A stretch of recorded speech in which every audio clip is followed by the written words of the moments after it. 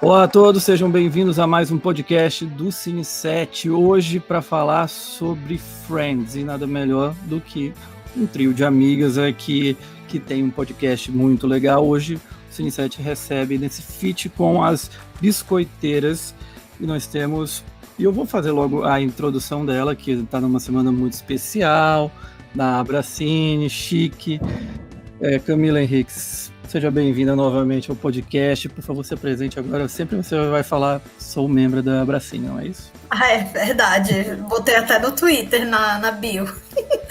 Botei até no LinkedIn. Eu nunca atualizo o LinkedIn, né? Mas enfim.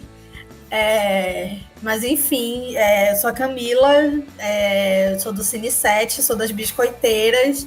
Agora sou da Abracine graças ao Caio, porque ele ficou mandando link, enchendo o saco, até eu me inscrever, e aí foi. Tá me devendo uma pizza. Aí, enfim, eu também tenho um podcast, o Laguinho da Joey. Eu tenho outro podcast, né? O Laguinho da Joey, que fala sobre Dawson's Creek. Eu e o meu digníssimo João Bosco. A gente fala toda semana de um episódio de Dawson's Creek, né? Claro, na ordem. E ainda estamos na primeira temporada. Mas, assim, muitas emoções já estão acontecendo. Assim, o Dawson já está irritando todo mundo. Acaba antes da pandemia. Será? O que acaba primeiro, a pandemia ou o Laguinho da Joey? Acho que pode acabar junto, né? Vamos ver. Se a pandemia acabar bem antes, eu não tô triste, não. Inclusive, tem que falar que a Carícia e a Larissa vão se vacinar. Já? Não, semana que vem, né? É o que dizem, mas vamos ver, né? Segundo Dória. Vocês são de São Paulo, vocês duas? Eu moro em Belo Horizonte, mas eu sou de São Paulo, né? Minha família é de lá. E aí eu vou aproveitar e fazer o tour visita vacina. E eu sou em São Paulo. Eu sou de Recife, mas moro em São Paulo. Bacana. Então, Carissa, vamos falar. Então, você, por favor, se apresente também. Você tem um canal no YouTube muito legal e tá com inscrições abertas para um workshop também. É bastante importante, é bastante relevante. Queria que você falasse, por favor. Então, o Caio já comentou, né? Eu tenho um canal, eu falo sobre cinema e série. E eu foco bastante em falar sobre negros, mulheres e, enfim, eu falo também sobre cinema de horror.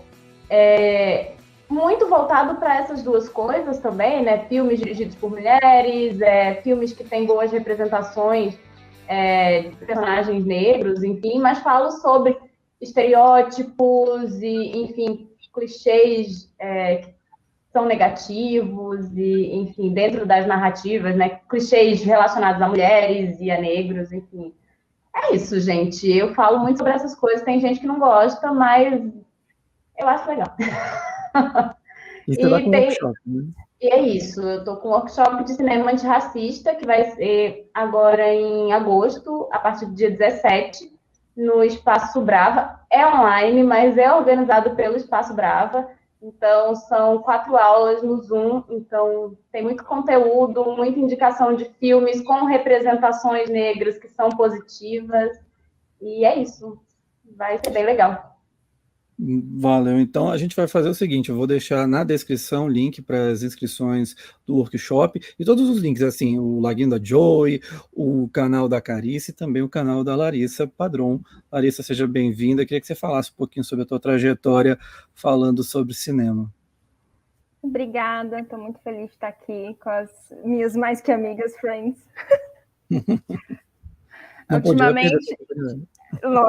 Ultimamente, assim, a única coisa que eu tenho produzido, na verdade, são com elas. A gente está meio que numa promoção, assim, você chama uma, leva 3. Mas não além do... A gente gosta. além do Biscoiteiras, eu tenho o meu canal no YouTube, que tá um pouquinho parado, mas tem um outro conteúdo lá aqui desse ano, de participações em outros canais.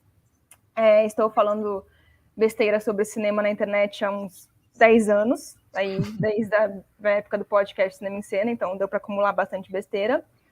E nas outras redes sociais, vocês também me encontram como Lari Padron, assim como aqui no YouTube, aqui no YouTube não, né? Porque você pode estar ouvindo esse podcast em outro lugar.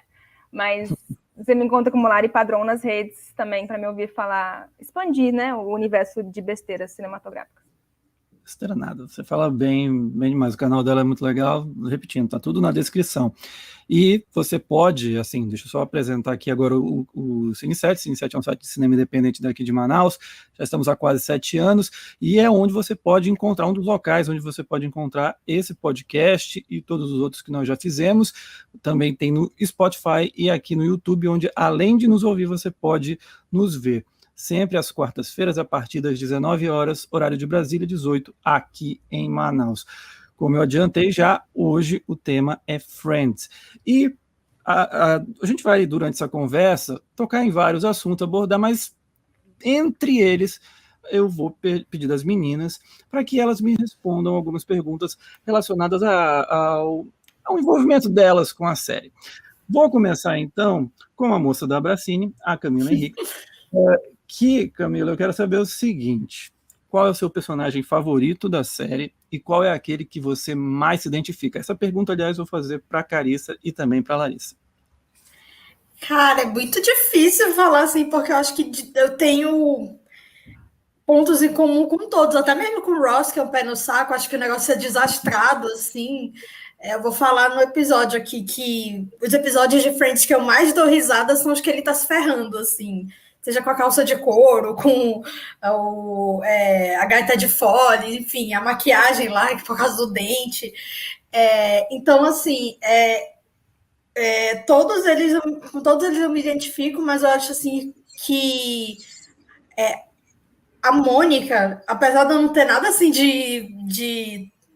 da mania dela assim de limpeza, eu não ter a menor habilidade com cozinha, assim, mas eu acho que ela é bem neurótica, eu acho que eu tenho isso dela, assim, e também, assim, não sei, assim, eu acho que até mesmo, assim, do estilo pessoal mesmo, assim, quando eu comecei a ver Friends, eu gostava muito da Rachel, mas era também, assim, era uma fase que a Rachel estava despontando na série, né, que foi essa reta final, assim, de 2000 para o final da série, né, que ela teve filho e passou por toda aquela situação com o Ross, volta, não volta, pela milésima vez.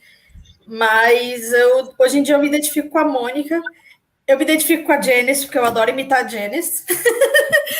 E acho que com o Chandler também um pouco, assim, porque ele faz piadas em momentos inapropriados e, assim, tem isso. Mas, era essa pergunta, tem mais alguma? A minha próxima pergunta, não, você respondeu de certo modo, falou, eu te perguntei quem que você mais se identificava e qual era o seu favorito. A minha próxima pergunta... Eu preciso fazer um comentário, ela se identifica com quase todo mundo. Gente, é por isso que eu amo Friends, assim, eu sei que é uma série muito clichê de falar que ama hoje em dia, muito cringe, mas enfim, essa sou eu. E a Camila sempre tem boas histórias. Me diz assim, se você lembra alguma história de... Você já viveu um momento Friends da tua vida? Algum episódio que falou, puta, isso já aconteceu comigo? Teve algum? Olha, eu falei antes da gente gravar da calça de couro do Ross, assim, mas é de zoeira, porque, assim, sempre tenho problemas com as minhas roupas, assim, mas... não sei, assim, eu acho que talvez a relação da Mônica com os pais, assim, de se sentir preterida. E o meu irmão, ele é doido por dinossauro. Assim, então tem essa coisa, assim, de ele ser o science boy, né? Assim, então, eu sempre tive isso também. Tanto é que eu mostrava Friends para ele. Hoje em dia ele acha cringe, ele odeia, mas ele adorava quando a gente era jovem. Mas, pois acho que seria isso, assim, acho que essa coisa, assim, dos pais, assim, com a Mônica, e acho também, assim, de tá sempre, assim, ser uma senhorinha, né, ficar em casa, não fazer nada, sim. Só vendo filme. Não tem nenhum personagem cinéfilo em Friends, nem o Joey que era para ser, né, ele não é, né, mas enfim. Beleza. Então vamos começar aqui o bate-papo e assim, meninas, fiquem à vontade, podem falar uma depois da outra, não fiquem à vontade, não fiquem me esperando não. É o seguinte, Larissa, eu vou começar contigo. O que você acha que faz Friends ser tão forte, conseguir ter tantos fãs até hoje? Você vê o lançamento de uma reunião do elenco, né, que não é nem um episódio novo, é uma reunião do elenco, comentando bastidores, e causar todo esse frisson ainda em 2021. O que você acha que representou para a televisão americana e o que representa? Por que é tão forte assim Friends? É para eu responder os meus personagens favoritos também, e o que eu me identifico? Daqui a pouco, a gente vai... Nossa, ao longo do podcast eu vou fazer essas perguntas para vocês. É meio Nolan a montagem, assim. Exatamente. Eu acho que, assim, primeiro que, assim, eu sei que pra gente dói, mas os anos 90 já são nostalgia, né? Assim, já é coisa de época, né, os anos 90. Então, eu acho que rola esse comeback do Friends por ser essa coisa de nostalgia de uma série antiga, entre aspas, mas que as pessoas vão redescobrindo com o tempo. E eu acho que rolou tanto isso de briguinha, de a pessoa odeia ou ama Friends, sabe? Aí fica essa birrinha, que meio que isso desperta curiosidade também. As pessoas vão ver para sacar se é realmente tão bom quanto falam, ou se não é tudo isso, enfim.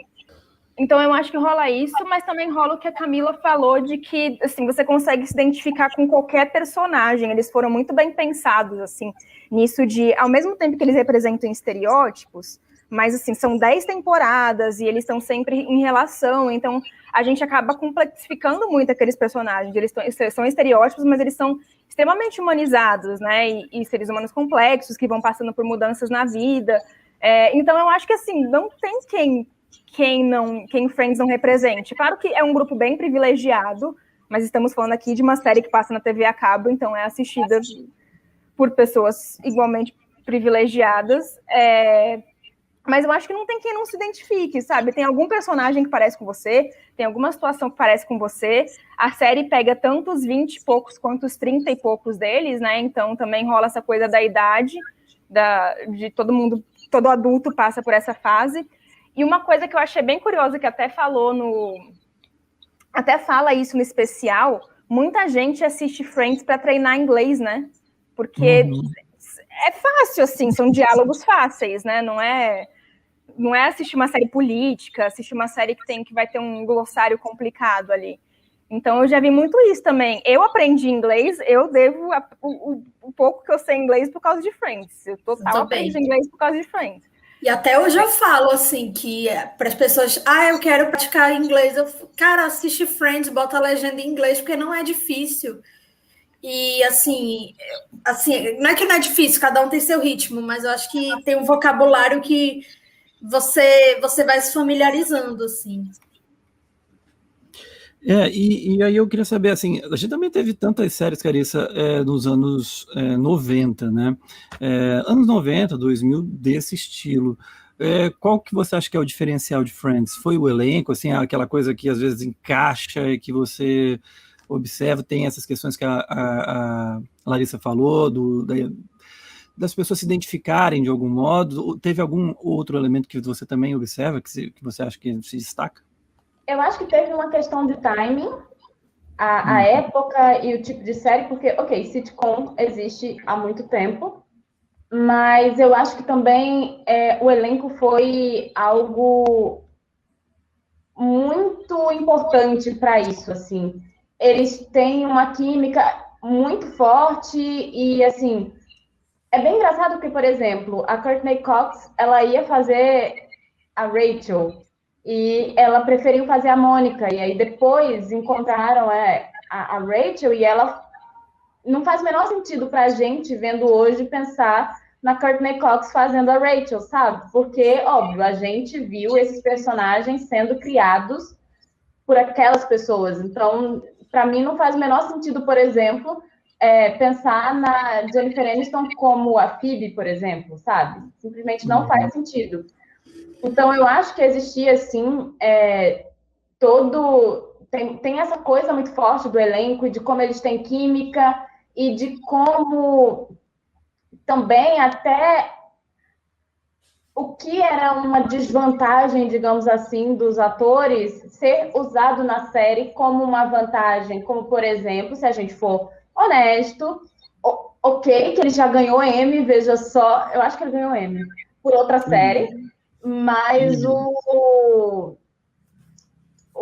ai meu Deus, agora como é o nome do cara, meu Deus, Matt LeBlanc, ele é um ator que tem suas limitações, e principalmente na época de Friends, se a gente vai olhar hoje em dia, ele consegue fazer outras coisas até, com um pouco mais de qualidade, mas na época ele era realmente aquele ator canastrão, e usaram isso a favor do personagem. Então eu acho que a gente tem um elenco muito interessante, uma época propícia, porque era muito no início ali, né, se a gente for pensar, início dos anos 2000, por exemplo, sabe?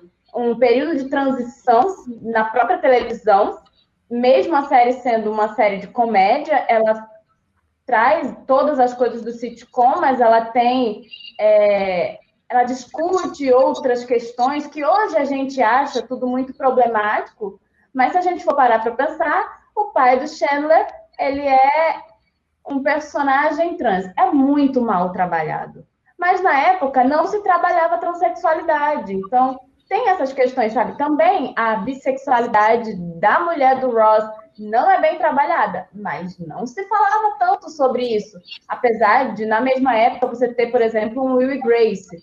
Mas é isso, é uma série que estava trazendo questões que eram importantes para as pessoas, mas que não eram faladas e que, enfim, acabava sendo o mínimo de representação que alguns grupos tinham, sabe? E, além de tudo, o casamento lésbico é em 94, é antes de Will Grace, cara. Tipo, hoje a gente acha mal representado porque a gente tem bagagem para achar mal representado. A gente, desculpa, quem viveu os anos 90 sabe que aquela representação dos anos 90. Então, a série pega anos 90 e anos 2000, sabe? Assim, o início dos anos 2000 e o final dos anos 90. Então, assim, é bem uma época de transição. O pessoal quer o quê, sabe? Não, nada das discussões que a gente tem hoje se tinha na época, gente, sabe? A gente não tinha essa capacidade de problematização na época que a gente tem hoje. Então, gente, era há 10 muito anos a gente não tinha essa capacidade de problematização. Há 10 anos. Friends tem mais tempo do que isso. Então, assim, imagina. Tá? É bem bizarro. Mas eu acho que também tem uma outra coisa. Os roteiristas. Eles são bons, eles têm um timing muito bom de comédia e de, enfim, um texto que funcionava, e é isso, para finalizar eu já falei, né, mas assim, os atores que conseguem pegar esse texto e fazer com que eles funcionem, assim, porque a Courtney Cox, se você assistir ela em Pânico, ela é uma coisa. Você vê ela como Mônica, ela parece uma surtada, louca por limpeza, maníaca por controle, e enfim, amo, inclusive. Os roteiristas, assim, os criadores da série, né, que ficaram ao longo do tempo, foi a Martha Kaufman, que hoje está fazendo a Grace and Frank com a Jane Fonda, e o David Crane.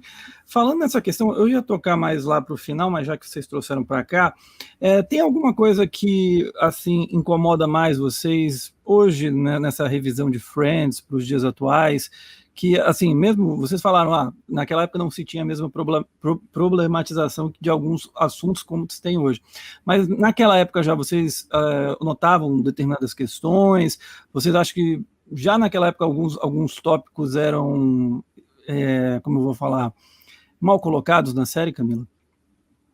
Olha, tem várias coisas. Acho que o que todo mundo fala, assim, que realmente eram 6 personagens brancos, assim, por mais que o Joey e a Phoebe fossem menos favorecidos, né? O Joey era um ator que estava lá levando não em todo o teste, a Phoebe era uma ex-menina de rua, né? Tinha essa questão também, né? Que era muito... A Phoebe era a personagem mais interessante hoje em dia, assim. Tanto é que eu acho a Lisa Kudrow a melhor atriz da série. E na época ela era que tinha também trabalhos mais interessantes no cinema. Mas eu acho que essa questão assim de serem pessoas brancas, assim, acho que não ter representatividade para fora disso, né?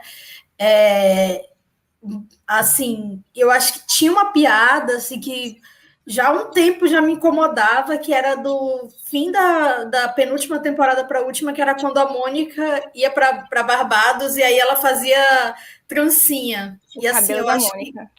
Eu ia falar exatamente esse. Esse para mim sempre me incomodou na época. Tem funko disso vendendo hoje em dia.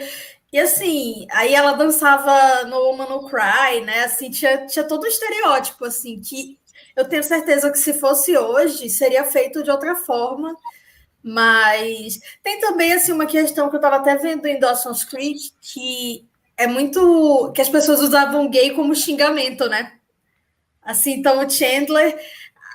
faziam piadas do Chandler ser gay, mas assim, não era uma coisa assim natural como entendeu? Era uma coisa assim, essas piadas assim de que homem hétero faz, sabe? Homem hétero babaca faz. Sabe o que é pior? É que se a gente for parar para pensar, esse uso de gay existe até hoje, sabe? Sim. Se eu acho um absurdo quando eu vejo Friends, imagina hoje, sabe? Continuar vendo isso na cultura pop como um todo. Gente, eu ouvi um podcast hoje que teve piada desse tipo, assim, com pessoas assim que eram para ser esclarecidas, assim, de fazer a maior pose em rede social. Então, assim, é algo assim incutido na nossa sociedade, que muita gente não percebe que tem gente que morre por causa disso, né? Assim, que tem medo de falar que é gay, enfim, ou bi, né? Que também tinha essa. Ou você era gay ou você era hétero, né? A própria Carol, né? Ela foi casada com um homem, depois ela se casa com uma mulher, né? Enfim.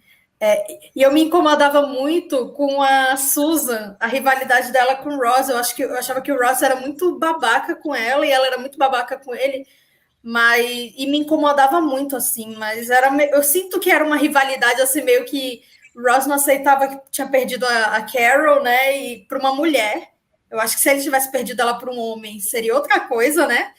Mas enfim, mas essa piada do cabelo da Mônica, que eu acho que se estende por uns 2 episódios, assim, é bem ruinzinha, assim.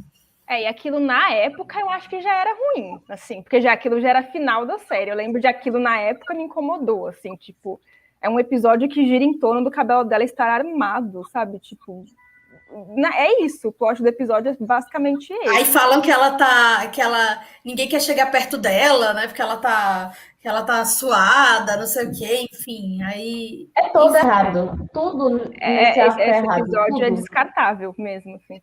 E a questão da sexualidade. Até porque a Rachel fica com o Joey nesse episódio, então pode ser descartável mesmo. Nossa, total. Nossa.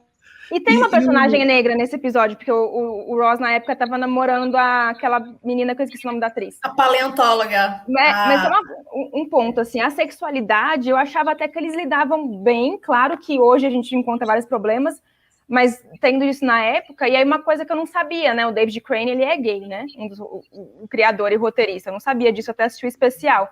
Porque uma coisa que eu lembro que eu sempre gostei o Ross era muito babaca várias vezes, mas o episódio, por exemplo, que ele implica que o Ben tá brincando com boneca, as próprias mulheres enchem o saco dele, tipo, sabe, deixa eu brincar de boneca. Então, o personagem é respondido, sabe, ele é chamado de babaca por outros personagens. Então, eu achava isso até bem resolvido, assim.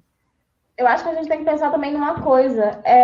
Aqui no Brasil, a série passava num canal fechado, mas lá nos Estados Unidos é uma série de TV aberta. E de série de TV aberta tem censura. E se hoje ainda é um problema, sabe? Imagina isso, década de 90, início dos anos 2000. Eles tinham que lidar com uma censura muito forte. E as empresas, assim, os canais de TV, enfim, TV aberta lá nos Estados Unidos, eles são muito chatos com isso. Então, coisas tipo tratar sobre sexualidade era um problema nessa época, sabe? É por isso que quando falam a coisa toda de Will e Grace, nossa, muito revolucionário, porque no canal de TV aberta você vê um personagem assumidamente gay, naquela época era uau! Hoje a gente vê bem mais, ainda bem, né? Porque, pelo amor de Deus, sabe? Nossa, gente, eu não tenho coragem de rever Will e Grace, eu acho que eu ia ficar chocada. Eu revi ano passado e Tem coisas muito progressistas, mas assim, só o fato assim, de tratar uma personagem latina com o estereótipo mais estereótipo que existe, tanto é que eu sinto que esse reboot não, essa continuação que teve 2 anos atrás foi meio que para corrigir isso, né? Que logo no primeiro episódio eles já botam a Karen, que era enfim, era o estereótipo, já botam ela vota no Trump, ela é uma babaca, então assim, já meio que faz isso. Mas realmente, tem coisa assim que. O Living Single, que foi a série que era de protagonistas negros e que teve. Que se acusa que Friends pegou toda ela e fez com atores brancos. Vocês chegaram a ver? Como é que vocês. Se vocês chegaram a ver, vocês sentem essas semelhanças? Como é que foi isso para vocês? Vocês chegaram a ver? Eu nunca vi, mas está na minha lista desde que eu descobri essa série, só que eu não consegui parar para ver ainda. Mas, assim, todo mundo que eu conheço que assistiu diz que as semelhanças são realmente muito grandes. Eu não sei até que ponto, eu fico me questionando realmente se foi um plágio. Porque, enfim, se a gente for olhar a quantidade de coisa que é criada na TV e que tem essas inúmeras semelhanças, para mim a grande questão, independente, como eu disse, eu não assisti, mas para mim a questão mais forte nisso tudo é como os canais e o público lidam com isso. Mas eu acho que mais do que o público, os canais, sabe? Porque não existe um investimento que se existir... Nunca existiu um investimento em Living Single, né? É o nome. Como existiu para Friends, sabe? E, assim, a série não foi um fracasso de público.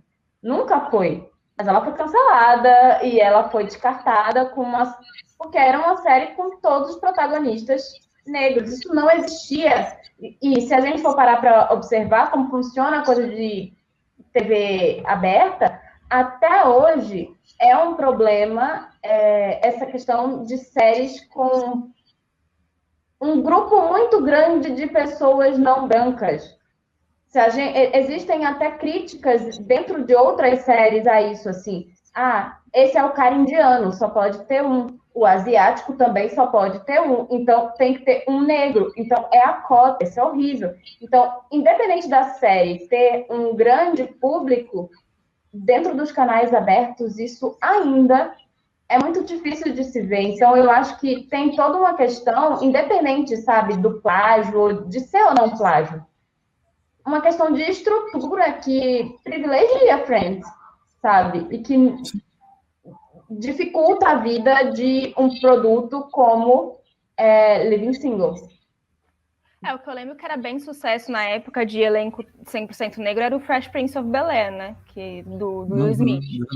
Antes o Cosby, né? Que eram séries, na verdade, séries com a estrutura, assim, família, né? Era essa coisa, assim, Era só um núcleo, né, ali, né? Não sei se tem a ver isso, mas... Eu lembro que nos anos 2000 também veio aquela do Me, My Wife and Kids, né? Com Wayans, eu não lembro qual dos Wayans agora. Mas é muito engraçado, porque eu lembro que na época eu ouvia comentários, assim, na família, né? Aqueles comentários de família que, nossa... do tipo, dessa série, por exemplo, que minha família assistiu, Me, My Wife and Kids, que era tipo, nossa, mas precisa todos os personagens serem negros? Tipo, não é exagero? E, tipo, ninguém falava isso de Friends, ninguém falava, nossa, precisa todos os personagens da TV inteira serem brancos? Pois é. Meninas, deixa eu aproveitar, vocês falam tanto de temporada de premiações, então deixa eu aproveitar, Camila, vou contigo, e Larissa já vai se preparando aí para o momento das perguntas lá, tá bom? É o seguinte, Camila, queria saber de ti o seguinte, Friends, todo o sucesso dele, mesmo com tudo isso, ganhou 6 Emmy, só uma vez ganhou melhor série de comédia, né, porque perdeu 2 vezes para Frasier, depois Ally McBeal, Will Grace, Everybody Loves Raymond. Enfim, e no Globo de Ouro só 1, e olha que lá eles gostam de gente famosa, séries famosas. A que você atribui esse desempenho fraco até de Friends nas temporadas de premiações? Era tão assim... as outras séries eram melhores ou ela que acabava de algum modo dando azar? O que acontecia? Cara, é muito engraçado, porque eu tenho um trauma disso, porque foi quando eu comecei a ver premiação e eu era muito fã de Friends, então eu ficava muito frustrada de ver Frasier ganhando, ver o cara do Monk ganhando todo ano, né? O pai da senhora Maisel. Hoje em dia eu daria todos os Emmys do mundo para ele por mês, enfim, Monk, eu não sou capaz de opinar. Mas eu acho que Frasier já veio com uma carga muito grande de Cheers, né? Porque Frasier é um spin-off. Inclusive, quando as pessoas falavam antes do Better Call Saul que spin-off não dava certo, eu pensava, pô, tem Frasier, que durou, assim, quase, eu acho que mesmo número, quase o mesmo tempo que Cheers é o pré-Friends, né? Que também era a série dos amigos, que se encontrava em bar e tal. Eu acho que foi questão, assim, de timing, assim, de buzz. Everybody Loves Raymond, eu acho que era uma série, assim, que tinha essa coisa, assim, de agradar mais, assim, toda a família, né? Porque tinha um personagem de cada idade ali, enfim, era a tradicional família americana, né? E eu acho que Friends... É engraçado que Friends começou a ganhar espaço nas premiações do meio para o fim, né? Sim. Assim, a Lisa Kudrow ganhou, se eu não me engano, no ano 98. que ela... Então, foi antes do ano que ela engravidou. Ou foi no ano que ela engravidou, que foi a primeira grande temporada da Phoebe, né? Que ela teve um arco e tal. Deixa eu só dar aqui as vitórias, então, aproveitando. Ganhou melhor direção de comédia em 96, atriz coadjuvante com a Lisa Kudrow em 98, ator convidado com Bruce Willis em 2000. Ai, merecidíssimo. Série e atriz com a Jennifer Aniston em 2002 e a atriz convidada em 2003 com a Christina Applegate. Eu nem lembro da participação dela, assim. Ela era a segunda irmã da Rachel, a menos lembrada, mas eu adorava ela, porque ela era super, enfim, com uma família Green toda, né, babaca. Mas, assim, acho que teve um buzz muito grande, talvez, assim, com a internet, assim, metade para o fim já tinha internet, apesar desde o início tinha internet, né, porque tanto é que na primeira temporada a Jennifer Aniston e o Matthew Perry fizeram um vídeo de apresentação do Windows. Então, né, para ver assim como é nova essa série. Mas eu acho que a internet deu uma ajudada. Eu acho que, assim, para Globo de Ouro, essas coisas, tem o buzz, assim, Jennifer Aniston e Brad Pitt. Eu acho que isso ajuda muito. Acho que, não sei se isso deu um interesse novo na série, ou se foram as histórias da Rachel, assim, mas eu acho que ela ficou muito famosa, ela ficou maior do que a série, talvez no final, assim. Todo mundo estava na expectativa do que ela ia fazer, né? Os filmes que ela ia fazer e tal.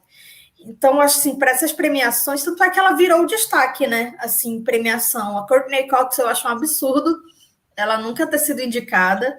Eu poderia dizer N episódios assim que ela poderia mandar assim, para o Emmy e poderiam ter indicado. O David Schwimmer, eu acho que é um absurdo. Ele só foi indicado no início da série. Assim, eu acho que ele é muito bom. E ele dirigia também episódio, né? Ele inclusive, tem uma carreira de diretor, né, no cinema e tal. E, enfim, era muito concentrado na Rachel, no Joey e no Chandler, que o Matthew Perry também desabrochou do meio para o fim, né? Acho que com relacionamento com a Mônica e tal.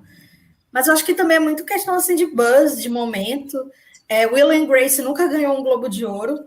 Assim, foram trocentas indicações, e é uma série assim, que, teoricamente, tinha tudo para agradar o Globo de Ouro, porque realmente tinha muita participação de gente famosa, tinha Madonna, tinha Cher, tinha, enfim, Britney, mas realmente se dava melhor no Emmy. Eu até lembro quando a Deborah Messing ganhou o Emmy, que ela foi a última do elenco a ganhar, ela era meio que a Courtney Cox, assim, esquecida no churrasco, a bichinha. Mas, bichinha não, que hoje em dia ela é uma babaca, assim, né? Enfim, ela é meio viúva da Hillary Clinton, mas, enfim. Eu acho que foi isso, assim, acho que foi o buzz, assim, internet, fórum de internet. Hoje em dia, eu acho que seria uma série que teria muito mais sucesso em premiação, mas talvez, assim, questão de sitcom, hoje em dia não é um formato tão que agrade tanto, né? A gente teve Brooklyn Nine-Nine ganhando alguns prêmios, mas, assim, não é o tipo de série de comédia hoje em dia, assim, que não tem nem mais tanto espaço hoje em dia, né? Esse tipo de série. Sabe o que eu acho também? Rolava, assim, eles ganharam tanta grana, era tão absurdo. Eu lembro que na época, quando rolou o acordo de que cada um ia ganhar $1 milhão por episódio, eram 24 episódios por temporada. Eles tiravam 24 milhões por temporada, numa época que, tipo, sei lá, hoje isso significa, sei lá, 100 milhões.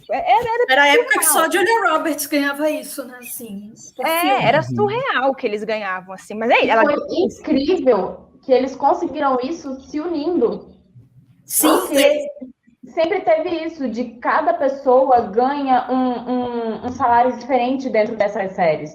E aí é muito interessante observar, por exemplo, que a Jennifer Aniston estava crescendo, mas eles eram, tipo, eles eram friends, sabe? E, tipo, eles levaram a coisa para os negócios, assim.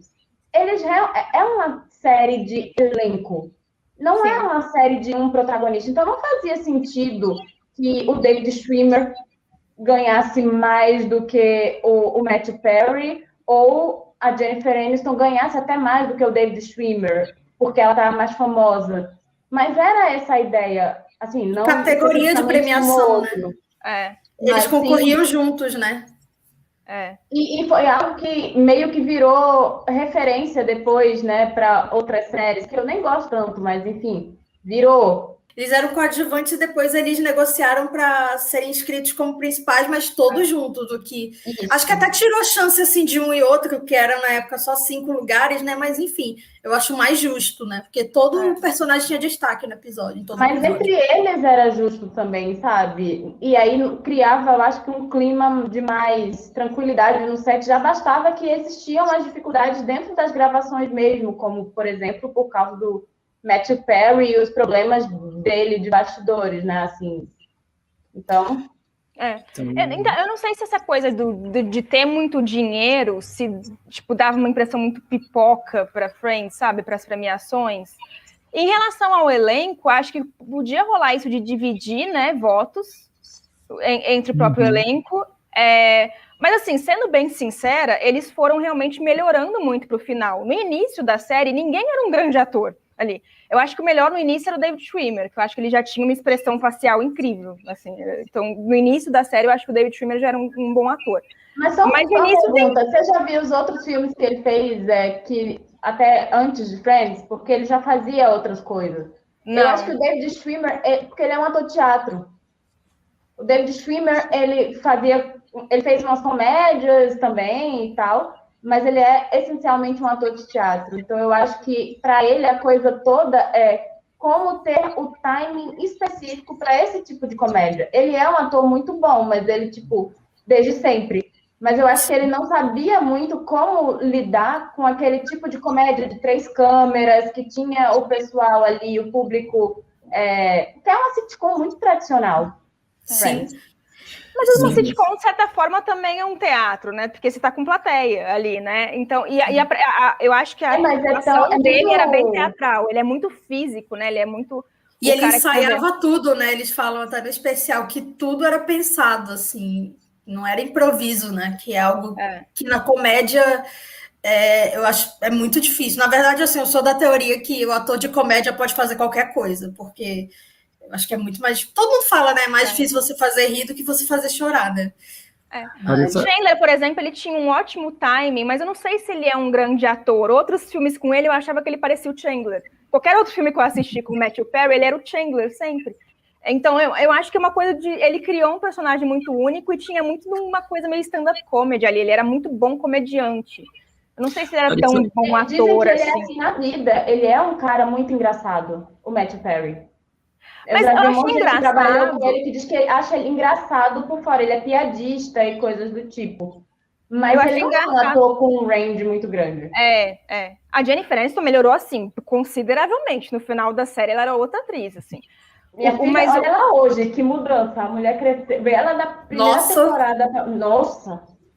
Larissa, vou então agora fazer a pergunta para você. Tá? Que é o seguinte, qual é o seu personagem favorito? Chandler. Eu amo Chandler. Qual é o que você mais se identifica? A Mônica, infelizmente. Mas por que você se identifica? Eu sou muito... A única coisa que eu não tenho da Mônica é a neurose com limpeza. Eu não tenho com limpeza, mas eu tenho com arrumação, assim. Minha mesa é tudo certinho, tá, mas com limpeza não tenho, não. Mas eu sou bem neurótica, eu sou bem mandona, eu acho que a Mônica, ela é muito mandona, assim, tanto que ela meio que é a protagonista, porque, tipo, tudo gira em torno do apartamento dela, da relação, tipo, todo mundo tem uma ligação com a Mônica, especificamente, e eu acho que eu tenho essa coisa, assim, meio de, tipo, eu sempre vou tentar assumir a frente das coisas, sabe? Eu sou meio Mônica nisso, meio mandona, assim, se deixar eu vou me enfiando nas coisas até eu liderar bem. Até todo mundo. E qual o momento mais marcante da série para ti? O mais marcante da série... Gente, eu gostava de Ross and Rachel. Eu sei que hoje eu problematizaria várias coisas, mas eu era daquelas que torcia. E todo episódio que eles voltavam, eu ficava de... Ai, querida! Joey e Rachel não existiu na minha cabeça. Eu apago isso, porque isso não faz o menor sentido. Então eu gostava muito desses momentos, assim. E eu lembro que a época que eu comecei a acompanhar... Porque em 94 eu tinha 7 anos, gente. Eu sou tão velha assim. A época que eu comecei a acompanhar ao vivo mesmo foi quando foi para a Warner, né? Que eu acho que foi ali no finalzinho dos anos 90, né? Quase início dos anos 2000. E eles maratonaram toda a série, né? Antes de passar, eu lembro disso. Foi quando eu comecei a ver também. Então eu acho que foi... Naquela época é mais marcante para mim, porque eu acompanhava em tempo real, sabe? A gente tinha que esperar toda semana, a gente, tipo, sei lá, tinha 24 episódios toda semana, metade do ano a gente estava sofrendo vendo Friends ali. Então eu acho que essa parte mais pro final, assim, depois que o Ross separa da Emily, depois que Mônica e Chandler... o noivado da Mônica e do Chandler é muito lindo. É muito lindo. Eu amo aquele episódio, gente. Eu adoro ele. Então esse vai ser o seu favorito? Seu momento favorito? O noivado? Eu acho que assim. Agora, o me identificar, eu não lembrei de nada específico. Eu também, infelizmente, sou um pouco Phoebe de ser meio atrapalhada, desengonçada com as coisas, assim. Então, eu tenho uns momentos meio Phoebe, assim. Mas eu acho engraçado porque eu acho a Phoebe a personagem mais inverossímil, assim. A Lisa Kudrow, inclusive, fala isso no especial. Ela falou, não dava pra Phoebe continuar sendo a Phoebe com a minha idade, assim. Ela é ninguém continua tão tonta, assim, por tantos anos, sabe? E aí eu não sei, eu também não vejo... Eu gosto muito da Lisa Kudrow, mas eu acho que a Phoebe é tão estereotipada, ela é a mais estereotipada de todos eles, que eu acho que ficou muito typecasting, assim. Eu vejo a Lisa Kudrow, eu lembro da Phoebe, eu lembro de uma personagem que é muito, muito, muito peculiar, sabe? Mas eu tenho muitas coisas Phoebe também. Mas eu amo a cena que eles falam pra Phoebe que Papai Noel não existe, como se fosse um fato, ela faz uma cara assim... Todo mundo vira e ela faz uma cara assim de... Meu Deus! Todo Natal eu posto isso nos stories. Eu amo a Phoebe.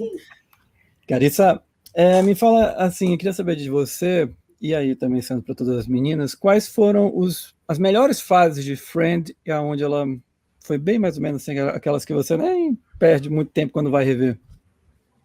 Eu acho que ela teve umas barrigadas ali, assim, tipo, 8ª temporada... Sabe? E é exatamente a época que a série ela decai um pouco ali, né? Acho que 7ª, 8ª.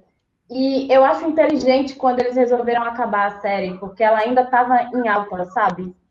Porque chegou um ponto... Gente, Joey e Rachel, pelo amor de Deus, no momento que eles começaram a pensar em Joey e Rachel... A gente já podia imaginar... gente, vamos começar a encerrar esse negócio, porque vocês estão viajando, sabe? Não faz o menor sentido. 4ª temporada.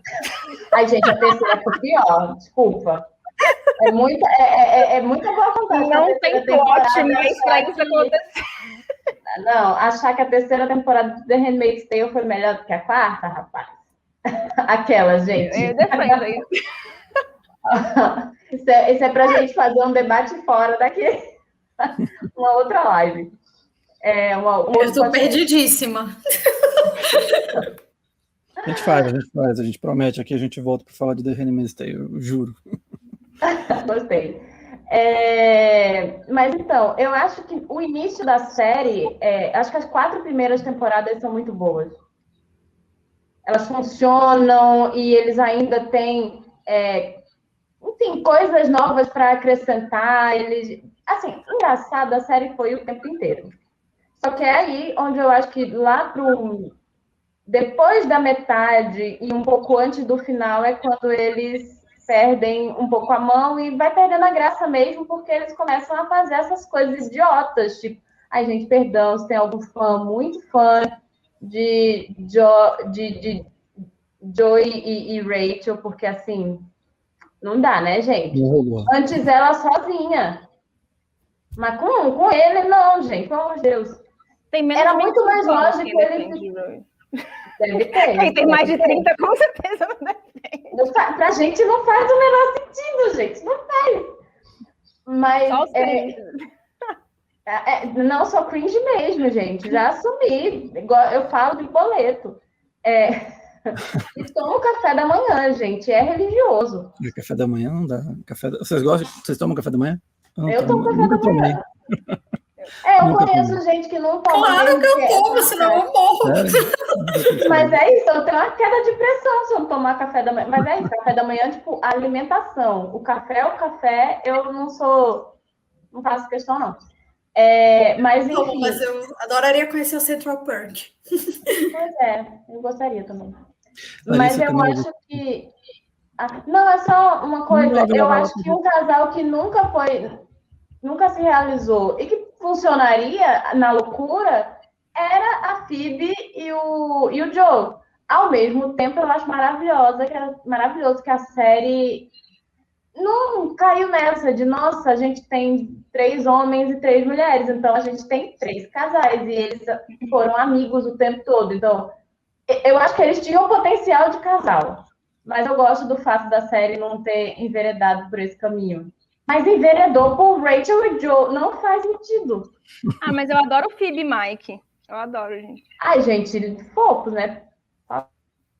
E Camila, Larissa, queria saber de vocês, quais foram os personagens que tiveram os melhores arcos e aqueles que ficaram no mesmo, no final das contas?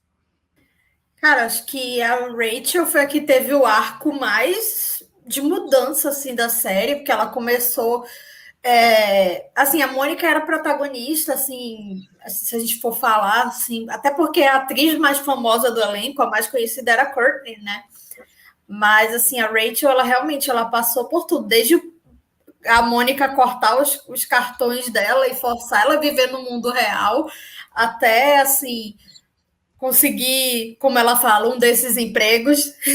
E aí tudo que acontece entre ela e Ross, assim, que vai acontecendo em paralelo com a vida profissional dela, eu acho que muito legal que ela era muito realizada profissionalmente.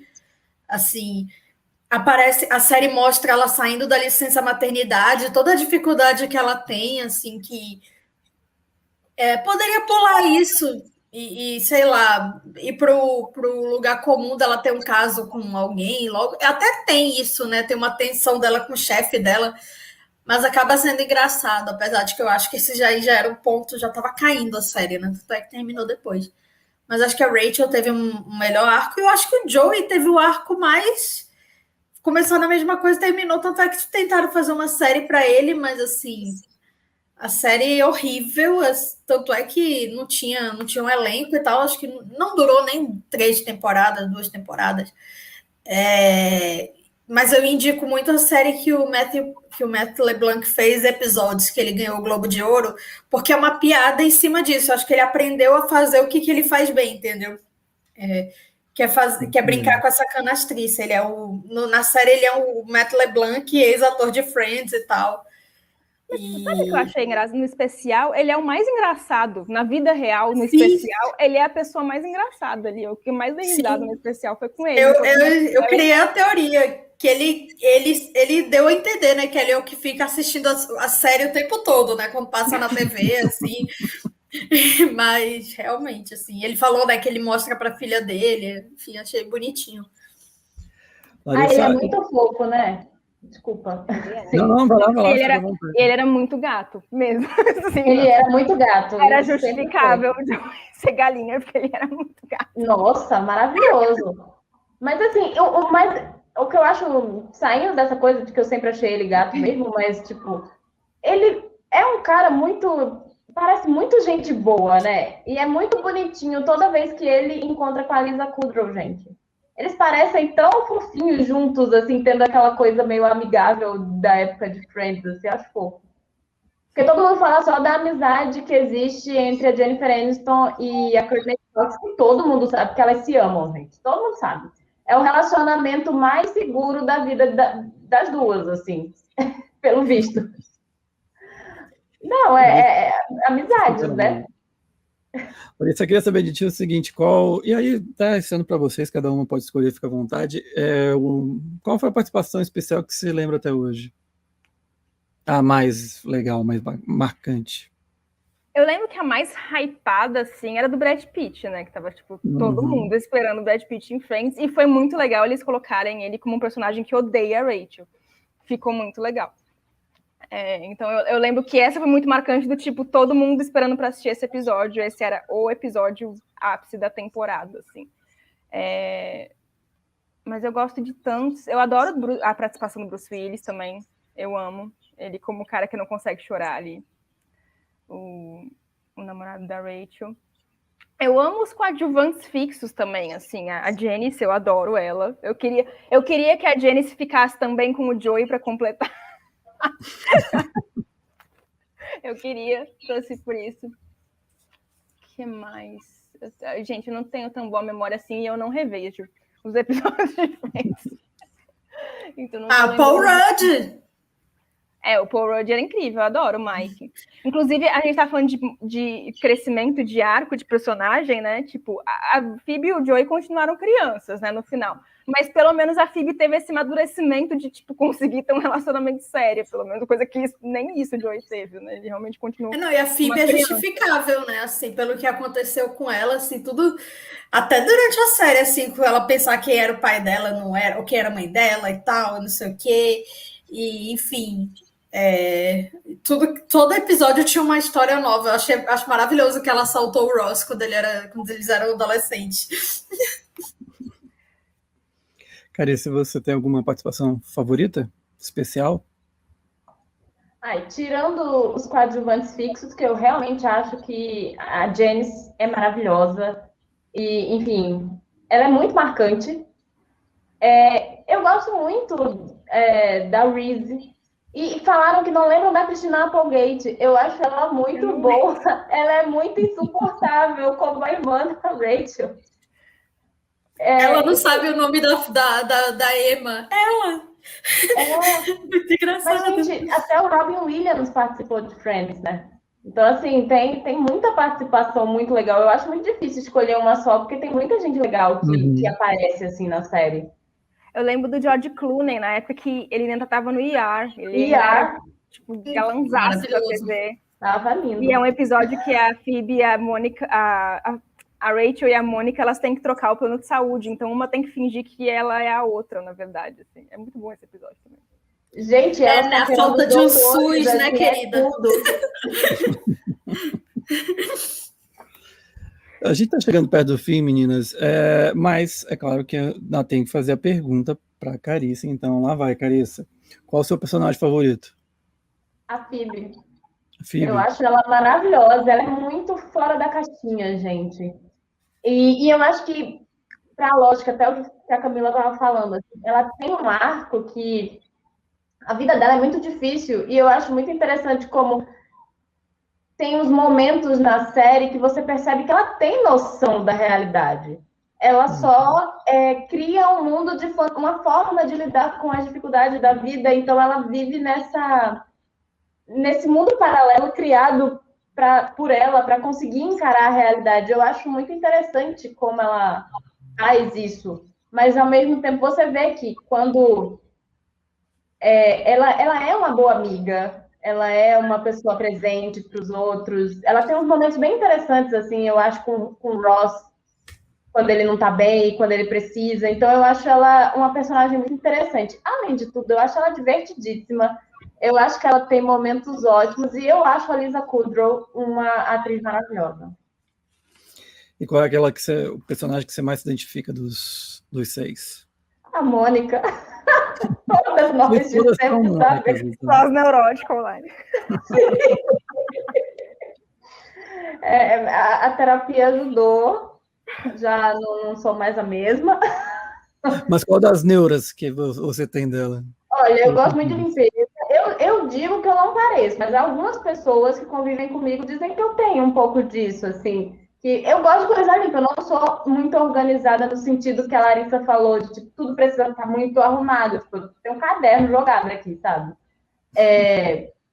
Mas eu preciso de tudo limpo. Eu odeio coisa suja. Eu odeio. E eu gosto muito de cozinhar. E eu odeio cozinha suja, gente. Aí eu já devo estar com cara de neurótico. Sabe? Não tem condições. Gente que lava louça e não limpa a pia merece a morte. Sabe? Fica um negócio meio. Ai, que nojo. Ai, que nojo. É banheiro sujo também. Pelo amor de Deus, limpa teu banheiro. Bom, você sabe? já se preparou para uma pandemia, né? Sujo. Sim. Então, a gente está numa pandemia. Para mim, umas coisas. A gente sabe agora que álcool em gel não é a coisa mais. Passa pelo ar, gente. Então, é mais importante do que ser obcecada por higienizar. Mas eu já limpava latinha, lavava coisa antes. Porque, assim, não existe só Covid, entendeu? Eu andava com álcool em gel na bolsa. Porque vai ter. Então, assim, quem quiser me chamar de neurótica, que chame. Mas sou saudável, entendeu? As pessoas ficam doentes de umas coisas estranhas. Eu não vou ter esse tipo de doença, gente. Eu tô parecendo muito louca falando isso. Pode achar um dedo na lata de...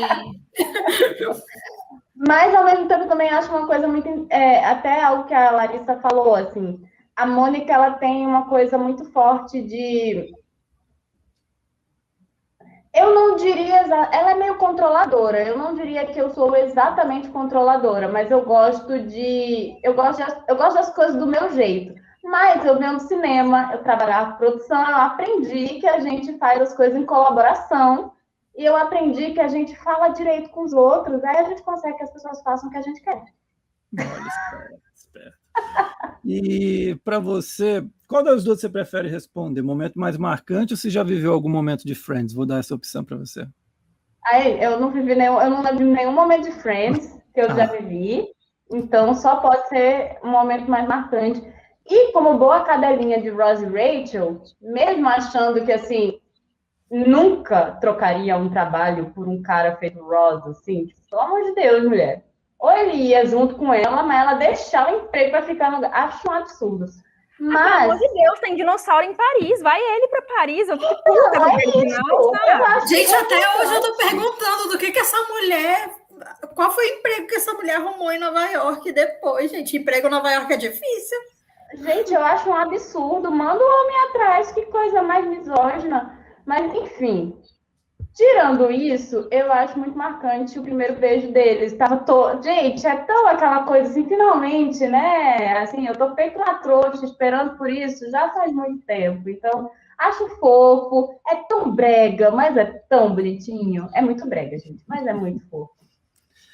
Camila, então, queria saber de ti o seguinte, falando um pouquinho mais dessa reunião, desse encontro que teve esse ano, né, pelo menos foi lançado esse ano, você acha que não dá para fazer, ou não precisa, fazer a continuação da história, um filme? Sex and the City teve um filme, por que você acha que não rola? Queria também saber das meninas, assim. Então, Sex and the City teve 2 filmes bem complicados, né? Vai ter uma série. Vai ter uma série aí que claramente assim, é uma insistência da Sarah Jessica Parker, porque o elenco de Sex and the City tinha tudo que Friends não tinha, né? Que era a desunião, essa coisa de uma ganhar mais que a outra, né? Tanto é que ficou exposto depois.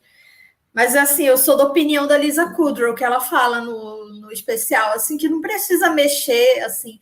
É muito melhor um especial como esse. Eu estava até com medo de ser um episódio mesmo, e quando anunciaram, eu sentia que não ia ser um episódio, porque eu sinto que eu já sentia que eles já tinham deixado isso, né? Já estava, principalmente assim, a Jennifer Aniston, né? Ela não tem interesse em voltar e tal. E eu acho que eles são muito bem resolvidos com isso, assim. É engraçado que eu não senti tanto o impacto da reunião quando foi anunciada, porque eles estão sempre juntos, né? Assim, eles já apareceram em Jimmy Kimmel, reproduzindo cena de Friends e tal. Mas na hora que apareceu, principalmente o David Schwimmer chegando no estúdio, que eu acho que ele é o primeiro que entra, se eu não me engano, Assim, foi bem emocionante. Então, assim, eu acho que uma reunião como essa é muito melhor. É tipo o Sandy Júnior. Eu acho que fazer a reunião do jeito que eles fizeram foi perfeito. É muito melhor do que eles retomarem a carreira, porque não é mais onde eles estão, sabe? Eu acho que não seria genuíno e os personagens. Teria, como falaram lá, teriam que mexer no final feliz dos personagens. Eu não quero ver a Phoebe se divorciando do Mike. Eu não quero saber que o Chandler e a Mônica se divorciaram. Enfim, né? E só uma coisa, assim, eu acho que eu fiquei. O episódio especial, acho que ele teve 2 tons tristes, assim, porque a gente descobriu depois que o Gunther gravou à distância porque ele tá com câncer, né? Tá bem grave. Assim, eles abriram uma exceção, tanto é que nem o Paul Rudd gravou, ele tá filmando, sei lá, os Homem-Formiga da vida lá na Europa.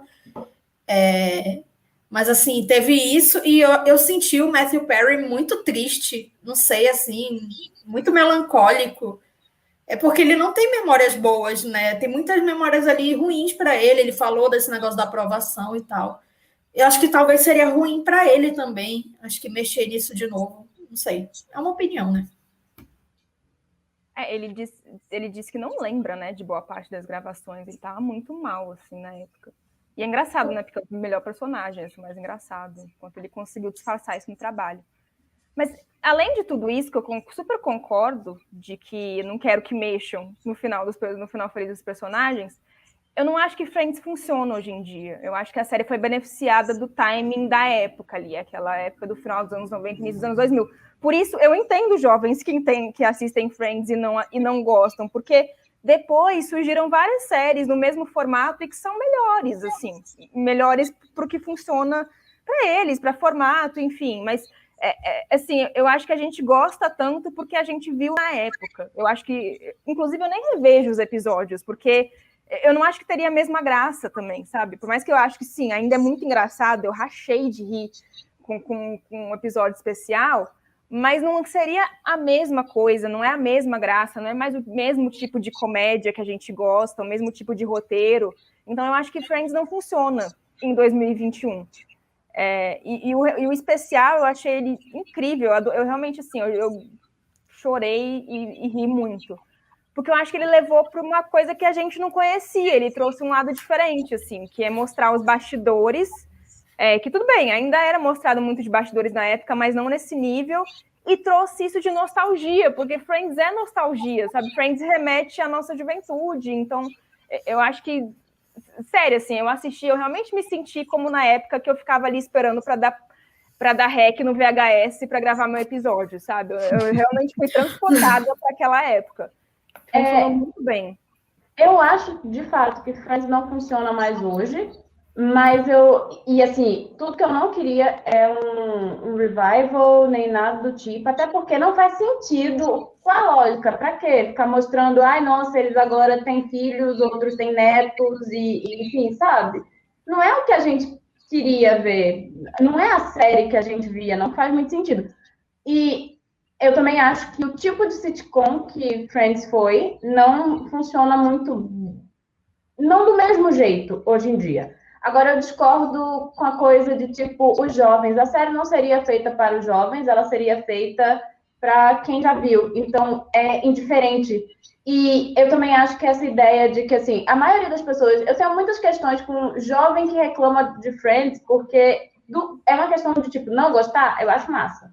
Mas é o argumento de que a série é problemática, de que não funciona, e geralmente eles comparam com, tipo, How I Met Your Mother, que eu não tenho... Não é que eu não gosto da série, não. É que, assim, ela tem basicamente os mesmos problemas de Friends. Assim, gente, sim. E ela começou sabe? Um ano depois que Friends terminou. Exatamente. Então, e é uma série mais nova. Então, eu acho meio problemática essa lógica de, tipo, eu acuso aquela série, mas eu fecho os olhos para série, para outra, só porque veio depois e eu gostei. Eu acho um absurdo que uma série que veio tão depois consiga ter, tipo, problemas de misoginia, por exemplo, como How I Met Your Mother tem. Dito isso, engraçadinha, enfim. Mas as pessoas adoram comparar as duas séries e tratar como se uma fosse pior do que a outra por uma questão de, tipo, Friends Friends tem, enfim, questões com transfobia, questões com a comunidade LGBT, enfim. How I Met Your Mother tem as mesmas coisas e veio mais cedo. Então, eu acho que é isso. Não seria uma série para o público jovem, seria uma série pra gente, de nostalgia. E é isso que eu acho que não funciona. Pra gente já deu, já foi. Deixa do jeito que foi, sabe? Deixa como ficou ali, com eles ainda na casa dos 30. Porque agora eles estariam na casa dos 50, sabe? Já passando assim, tipo, alguns já até mais perto dos 60 do que dos 50. Então, não faz muito sentido, sabe? Eu não gosto da arrogância do jovem também, do tipo, mas não tem graça. Não tem graça pra você, porque você tem 20 anos, querido. Eu acho que também tem uma coisa de arrogância. A mesma coisa Não é do pra debate você cringe mesmo. millennial, assim. É muito rejeitar só porque não é da sua época, assim. Quando voltar a citar Sandy Júnior, não entendo esse impacto, por que tá todo mundo correndo atrás? Por que tá lotando o estádio? Gente, eles lotaram o Maracanã, sabe? É Em óbvio que 2002. você não entende, porque você não viveu. Você lota, sei lá, o seu show aí de K-pop. Tá ótimo. Não, eu conheço gente de 30 anos e mais que também gosta, não é um problema. Eu vou curtir K-pop, porque eu sou shopping.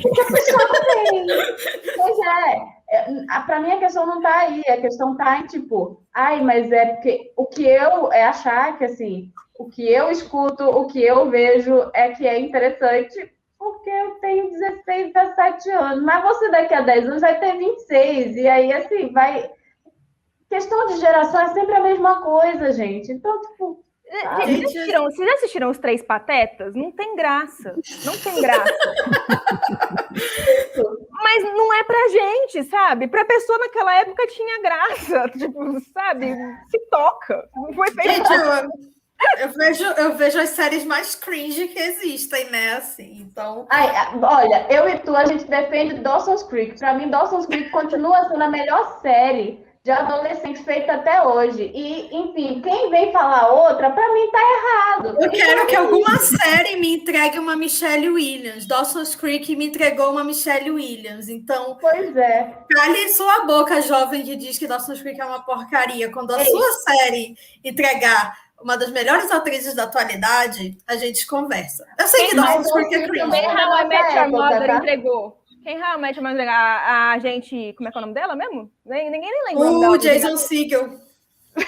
Mas eu não posso falar nada, que eu adorava How I Met Your Mother, mas assim, eu tenho pavor de tocar de novo, porque eu sei, assim, só piada do Barney. O personagem do Neil Patrick Harris é um problema. Dito isso, eu achei ele ótimo na série, sabe? Mas... Ele é maravilhoso na série, como ator, assim. Mas Lily Marshall, meu coração. Era meio que o Chandler e Mônica. É uma fórmula, até hoje. Eu estava vendo New Girl no início do ano, no final do ano passado, e Nick e Jess também é essa fórmula, assim, dos amigos que viram namorados, e eu acho que é infalível. Eu acho que, enfim, a gente conhece esse casal, a gente já foi esse casal. É um jogo narrativo, sabe? Sim. Funciona. Sitcom funciona à base de arquétipo. Então, assim... Menina, vai lá, Larissa. Não, é que eu achei isso muito legal do especial, assim, que eu não sabia que Chandler e Mônica não era para ir adiante, né? Mas a reação do público foi tão incrível, assim, do público ao vivo, e o quanto esse público ao vivo fazia diferença realmente, né? Eles reescreviam piadas e tal. Tem várias coisas ali que eu descobri que eu não sabia, assim. Eu não sabia que era esse nível de, tipo, não deu certo, reescreve a piada e refilma pra dar certo, sabe? Inclusive, só uma coisa sobre o especial, assim... Alguém mais ficou chocado de ver que o Heckles ainda tá vivo? E eu fiquei chocada de terem botado aquele senhor para gravar no meio de uma pandemia. Gente, pelo amor de Deus. Já tava vacinado. Mas os pais da Mônica foi assim, quando eles apareceram, eu me emocionei muito, assim. Acho que é muito fofinho, assim, como eles tinham essa relação, né? Todo mundo que tava lá, assim... Eu vi uma entrevista da Mae Whitman, que era uma atriz mirim que fez aquela escoteira que quebra a perna, e ela falando assim, a Jennifer Aniston me levava no camarim e começava a falar da vida dela, não sei o quê, assim, era muito família ali, né? Não sei, acho que era muito... Todo mundo ficava muito próximo. Você já viu a entrevista da Adele que ela fala que ela entrou no banheiro com a Jennifer Aniston, ela ficou chamando a Jennifer Aniston de Rachel. A Rachel me ouvindo fazer xixi. Gente, deve ser horrível. Mesmo hoje em dia, ela já tem um monte de outros trabalhos e, enfim, coisas bem diferentes até, mas até hoje ela é Rachel para todo mundo. Gente. Mas ela tem não é o pior, né? Até hoje ela é ex-mulher do Brad Pitt, sendo que, meu Deus do céu, tem 20 anos que ela é ex-mulher do Brad Pitt. Toda semana juntos de novo, né? Nossa, deve ser um inferno, né? Meninas, eu quero agradecer muito. Eu estava adorando o papo do jovem e tudo mais, aí eu deixei vocês falando aqui. Já pensei até no título do podcast. Mas quero agradecer imensamente vocês, foi um papo maravilhoso. Queria uma palavrinha de vocês, então, para que as pessoas possam acessar os projetos, os trabalhos, as redes de vocês, para que elas conheçam mais. Por favor, então, Camila, contigo. Enfim, já que a gente está falando de série cringe, né? Enfim, acompanhe o Laguinho da Joey, a gente tem Twitter e tal. Mas é um podcast, claro.